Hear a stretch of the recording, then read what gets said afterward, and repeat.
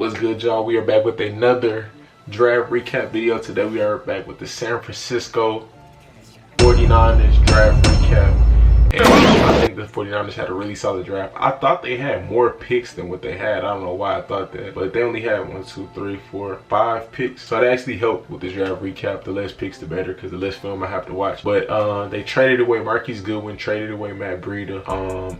If I'm not mistaken, Joe Staley retired. Marquise Goodwin, you know, he really didn't play much of the season. Emmanuel Sanders, I feel like he didn't really have a big role in that offense. I feel like Debo was the go-to receiver. Breida, I think he was hurt a lot. It was really Mostert and Tevin Coleman. And that other running back, comment his name, I can't think of his name. But I feel like they kept who produced and, you know, just made moves. With their first pick in the first round, they selected Javon Kinlaw from South Carolina. I really feel like this is a great pick, bro. They replaced Eric Armstead. And you gotta be positive about it if you're a 49ers fan. I'm not, I'm a Texas fan. But you gotta be positive about it because they're not paying him nowhere near as much money as they would have paid Armstead. They're saving so much money. And this dude is a beast, bro. He is nice, really, really good, really huge for a defensive tackle. This dude is huge, really strong.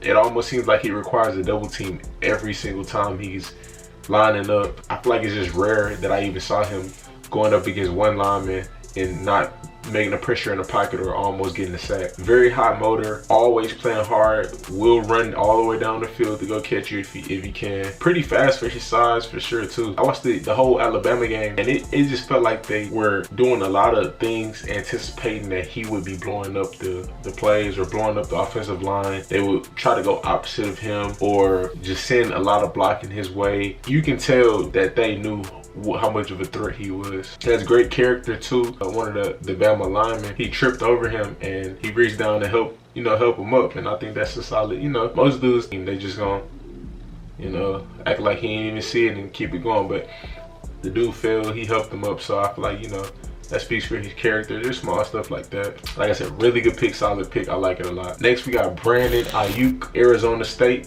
This was a really good pick. I did not see this coming. I knew he had a first round grade on him by some people, but I didn't really know too much about him. But he's smooth, bro. He is smooth. Great tracking the ball in the air. He'll, running his stride and just being able to locate the ball. Really good at that. He's really good at maintaining speed.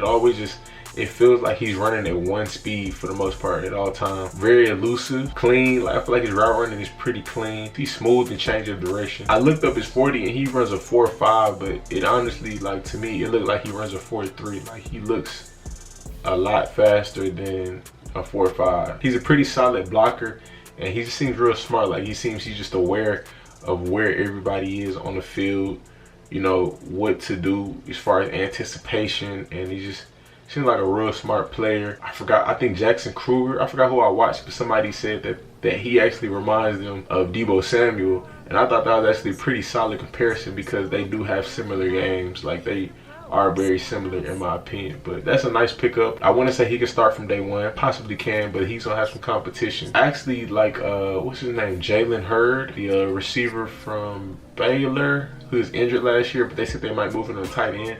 I hope they don't move him to tight end. I actually want to see him play a receiver. I feel like that's a competitive wide receiver room right now, but we're going to see what happens. Next, we got Colton Mckivitz from West Virginia. I feel like he has good feet. He can move pretty well for, a big guy, but he's not fast at all. Like, I saw a lot of times where, he'd be out to be the lead blocker and he'd get ran past. Well, I ain't say a lot, but I saw a couple times where he got ran by from the receiver or the running back because, he wasn't fast enough. It's not really good things, most defensive linemen are slow, but that's just something that stood out. I was like, they're already good at the tackle spots, so I don't really know what they're going to do with him. He's there probably was for depth.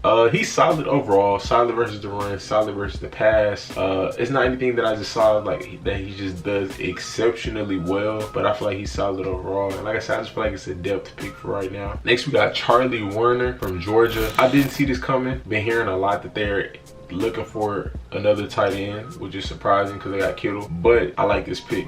watching his film. There wasn't a lot out. There wasn't a lot of film out of him. I could only find like one game. But this dude is an amazing run blocker. Like, I feel like they adding him with Kittle, man, that's sick. Like, especially like in strong formation, the dude really, really good run blocker. I saw he lined up a wide receiver a lot.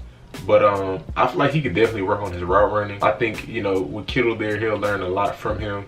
You know, one of the best tight ends in the league. I feel like it was a solid pick. Like I said, like if he works on his receiving side, it'll make him so much more of a threat because his run blocking is up there for real. Next with their last pick, they got Jauan Jennings. First thing that stood out, tough to tackle. Very tough to tackle. He's long. I feel like he utilizes his length pretty well. Really good jump ball ability. Kind of reminded me of AJ Green when I was watching him. He sells his routes pretty well. Pretty good footwork for a taller guy. Solid release. I think he's solid overall. He gives effort in a block game. I'm not gonna say he's the best blocker, but he gives effort. The only downfall is he's not a burner. I looked up his 40 time. You're on a 4.7. That's very slow for a receiver. That when I found that, I was actually surprised that they drafted him, but they must have saw a lot more on tape that excited them about him. CBS gave them an A for picking him. So I mean, it must be something that I'm missing. Like I said, he has a lot of good stuff about him, but that speed thing is just like, ooh. But I mean, maybe he had an injury or something. I don't know. But that's my recap for the 49ers. I think they did pretty solid. Javon Kinlaw, I feel like starter potential. You already know what they're gonna do with him. Brandon Aiyuk, I feel like starter potential. He gonna have some competition, but dude's nice. You know, can't deny him. Charlie Woerner, I feel like possible starter potential. And when I don't want to say starter, because of course he's not gonna start off George Kittle, but he's too good in the run block game for you to leave him on the sideline. This dude is a very good run blocking tight end. And then Colton and Jauan, I just feel like, you know, with them two, probably depth picks. I don't know exactly how to, you know, what's gonna pan out, or what the 49ers have in mind. You know, happy for them. Looking forward to see how this year goes with them. And that's that. Appreciate y'all for watching. Like, comment, subscribe, stay tuned, and stay blessed. You done messed up, Aaron. Yeah.